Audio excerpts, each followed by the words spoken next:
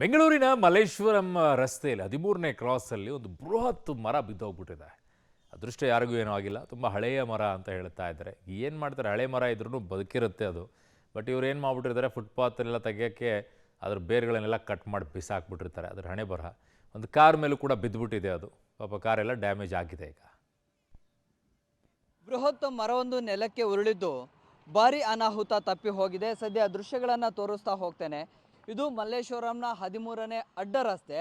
So complete ಆಗಿ ಬುಡ ಸಮೇತವಾಗಿ ಈ ಒಂದು ಬೃಹತ್ ಮರ ಈಗ ಕೆಳಗೆ ಬಿದ್ದಿದೆ. ಅದೃಷ್ಟವಶಾತ್ ಈ ರಸ್ತೆಯಲ್ಲಿ ಆ ಸಂದರ್ಭದಲ್ಲಿ ಬೀಳುವಂಥ ಸಂದರ್ಭದಲ್ಲಿ ಯಾವ ವಾಹನಗಳು ಕೂಡ ಸಂಚಾರ ಮಾಡ್ತಾ ಇರಲಿಲ್ಲ. ಆದರೆ ನಡೆದುಕೊಂಡು ಒಂದಿಷ್ಟು ಜನ ಒಂದಿಬ್ಬರು ಮೂವರು ಹೋಗ್ತಾ ಇದ್ರು. ಆದರೆ ಬೀಳುವಂತಹ ಸ್ಥಿತಿಗೆ ಬರ್ತಾ ಇದ್ದ ಹಾಗೆ ಅವರು ಗ್ರೇಟ್ ಎಸ್ಕೇಪ್ ಆಗಿದ್ದಾರೆ. ಹಾಗೆ ಮುಂದಕ್ಕೆ ಹೋಗಿ ಬಚಾವಾಗಿದ್ದಾರೆ. ಈಗ ಮನೆಯ ಮುಂದೆ ಕಂಪ್ಲೀಟ್ ಆಗಿ ಈಗ ಬೃಹತ್ ಮರ ಬಿದ್ದಿದೆ. ಅದನ್ನು ತೆರವು ಮಾಡಲಿಕ್ಕೆ GBA ಸಿಬ್ಬಂದಿಗಳು ಬರಬೇಕಾಗಿತ್ತು, ಈಗಲೂ ಕೂಡ ಬಂದಿಲ್ಲ. ಬೀಳುವಂಥ ಸಂದರ್ಭದಲ್ಲಿ ಅಲ್ಲಿ ಒಂದು ವಿದ್ಯುತ್ ಪೋಲ್ ಕೂಡ ಕೆಳಗೆ ಬಿದ್ದಿದೆ. ಸೊ ವಿದ್ಯುತ್ ಪೋಲ್ ಕೆಳಗೆ ಬೀಳ್ತಾ ಇದ್ದ ಹಾಗೆ ವಿದ್ಯುತ್ ಸಂಪರ್ಕ ಕೂಡ ಕಡಿತ ಆಗಿದೆ. ಕೇಬಲ್ಗಳೆಲ್ಲವೂ ಕೂಡ ಕೆಳಗೆ ಬಿದ್ದಿದೆ.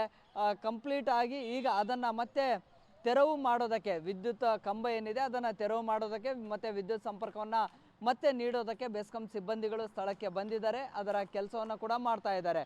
ಆದರೆ ಈ ಒಂದು ಬೃಹತ್ ಮರವನ್ನು ತೆರವು ಮಾಡಬೇಕಾಗಿದ್ದಂತಹ GBA ಅಧಿಕಾರಿಗಳು ಅಥವಾ ಸಿಬ್ಬಂದಿಗಳು ಈವರೆಗೂ ಕೂಡ ಬರಲಿಲ್ಲ.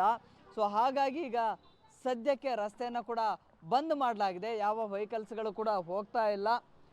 ಈ ರೀತಿಯ ಟೊಳ್ಳು ಮರಗಳನ್ನು ತೆರವು ಮಾಡಿ ಅಂತೇಳಿ ಇಡೀ ನಗರದಲ್ಲಿ ಸುಮಾರು ಜನ ದೂರನ್ನು ಕೊಟ್ಟಿದ್ದಾರೆ GBA ಅಧಿಕಾರಿಗಳಿಗೆ.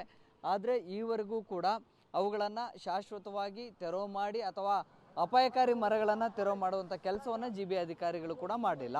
ವಿಡಿಯೋ ಜರ್ನಲಿಸ್ಟ್ ಅಕ್ಷಯ್ ಶೆಟ್ಟಿ ಜೊತೆ Prakash D Rampur, public TV, Bengaluru.